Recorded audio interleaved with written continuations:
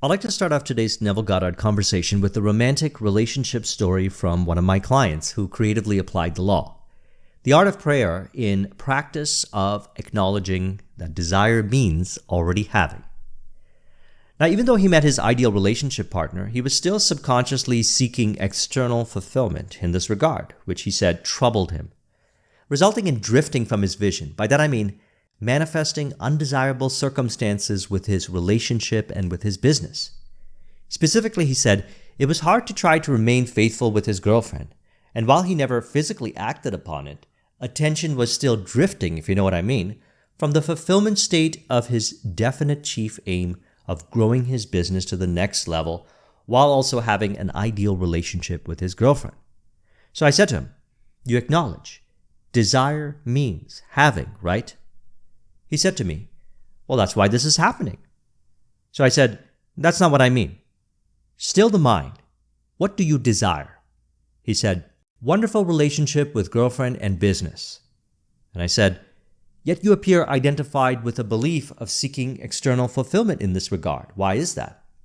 He said, I guess I believe that my relationship with my girlfriend does not truly fulfill me. I said, are you confusing belief with desire? And he said, I don't know. I said, when I say desire means having, I mean you seek fulfillment, and through desire, by finding, or we could say realizing fulfillment within, it manifests ideally automatically as fulfilling relationships, whatever your style of relationship is. I have my style, you have your style, everyone knows their style. I'm not going to tell you or anyone what style is best for them. It appears automatically from the premise of being fulfilled, as in acknowledging you are already fulfilled. And so he said, how does this help me when I'm around women? I said, anytime you feel desire, pray, thank you, I already have.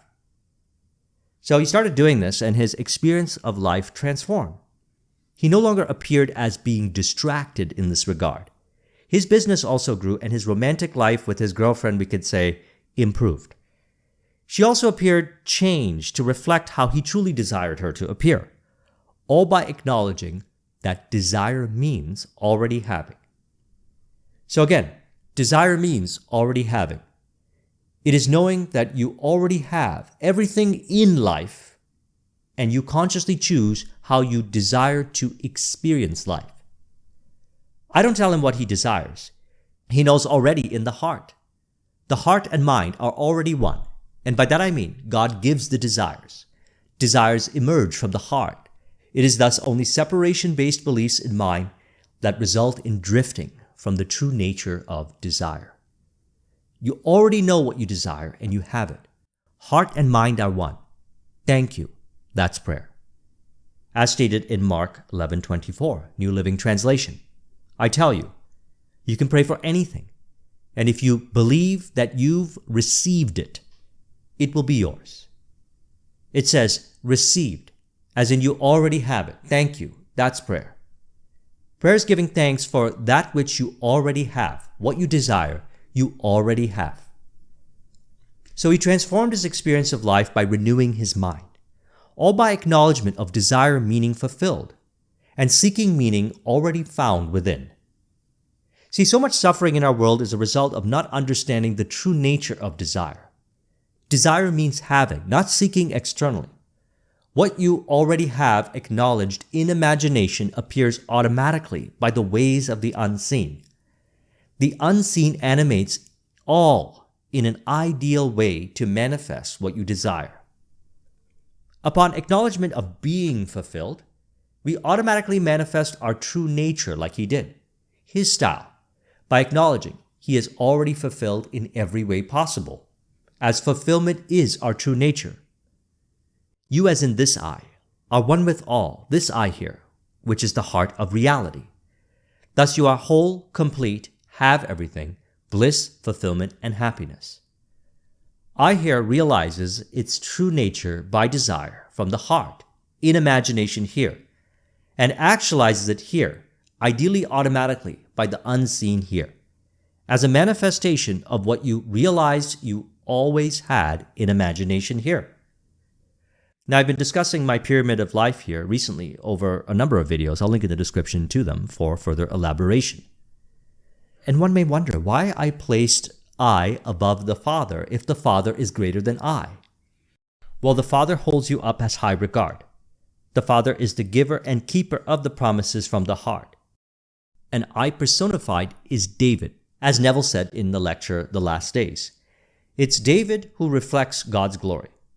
No matter what state you choose to identify with, David will play it wearing the masks you call yourself. And why 3 eyes instead of 1 eye? For the 3 bodies that are truly one. To articulate existence itself, imaginal existence, and manifested existence, which is the world made visible through the 5 senses.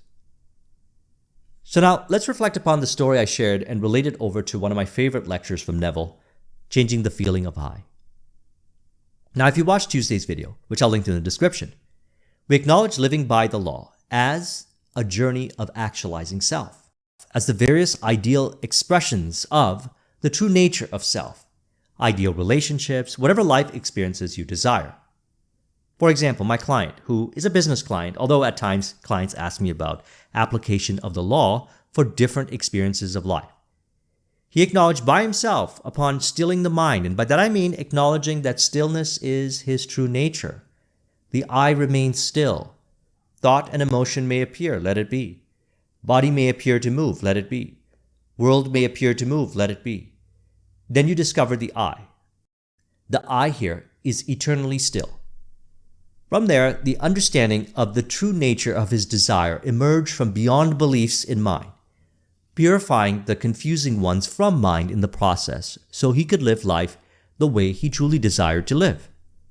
By that I mean, he acknowledged in imagination that he already had the ideal relationship he desired, his style, regardless of appearances, and thus being fulfilled, or acknowledging being fulfilled, she appeared that way, same with the business.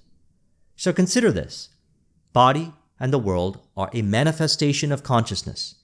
They play out automatically to actualize what is realized in imagination.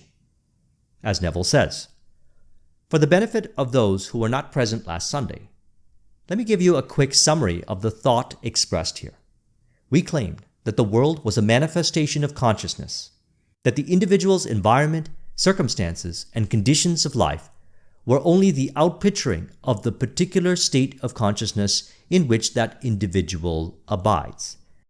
Therefore, the individual sees whatever they are by virtue of the state of consciousness from which they view the world. Any attempt to change the outer world before they change the inner structure of their mind is to labor in vain. Everything happens by order. So you are life and you live by law. You are life itself, and life is manifested by law. There is no higher power than the law of life. Body is an expression of mind, and mind is the expression of Atman and Brahman here, all of which represent consciousness. What appears thus is Atman Brahman pushed out, as he says. And so we start with I.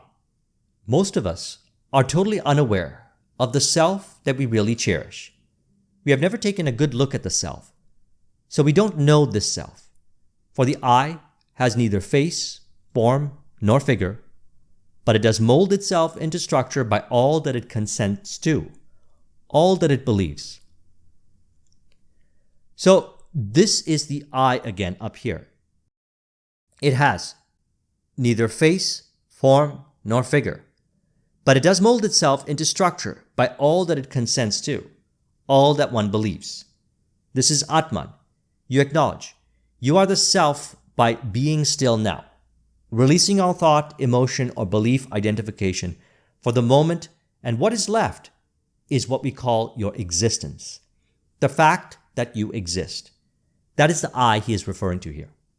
As he says, you describe another, you describe society, you describe anything, and your description of the thing you observe reveals to one who knows this law the being you really are.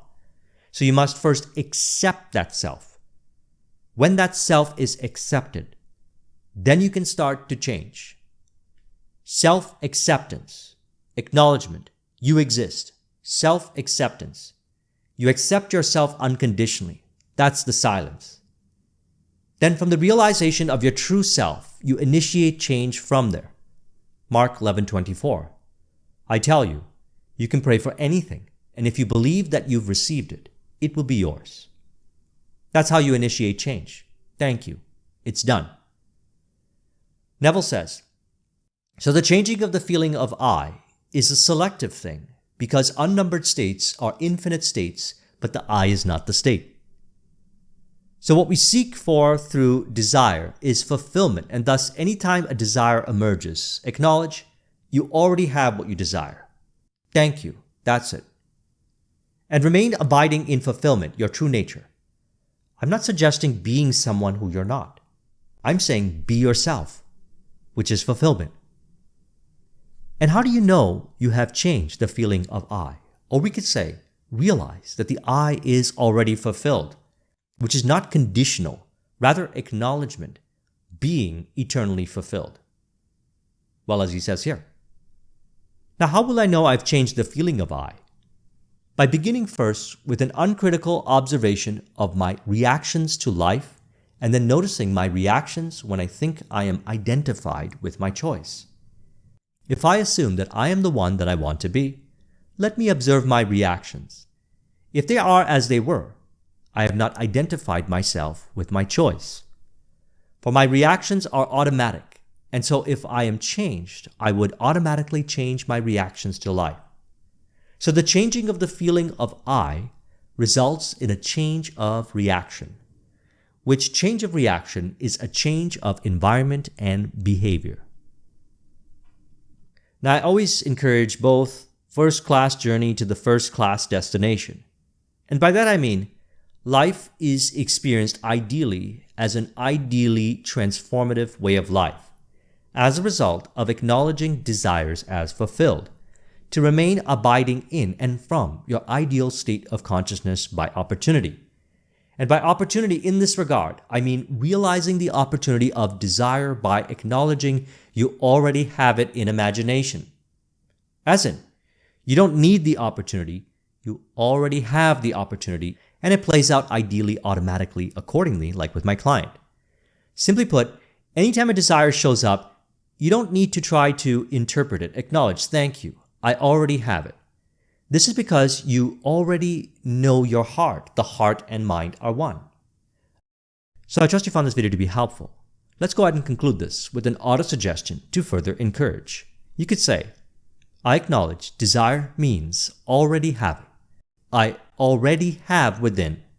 Upon realizing it in imagination, the true meaning of desire, it appears accordingly as the ideal manifestations of life first class. If you would like a copy of this mind map, the link is in the description. Thank you very much for watching. I'll talk with you soon. Take care.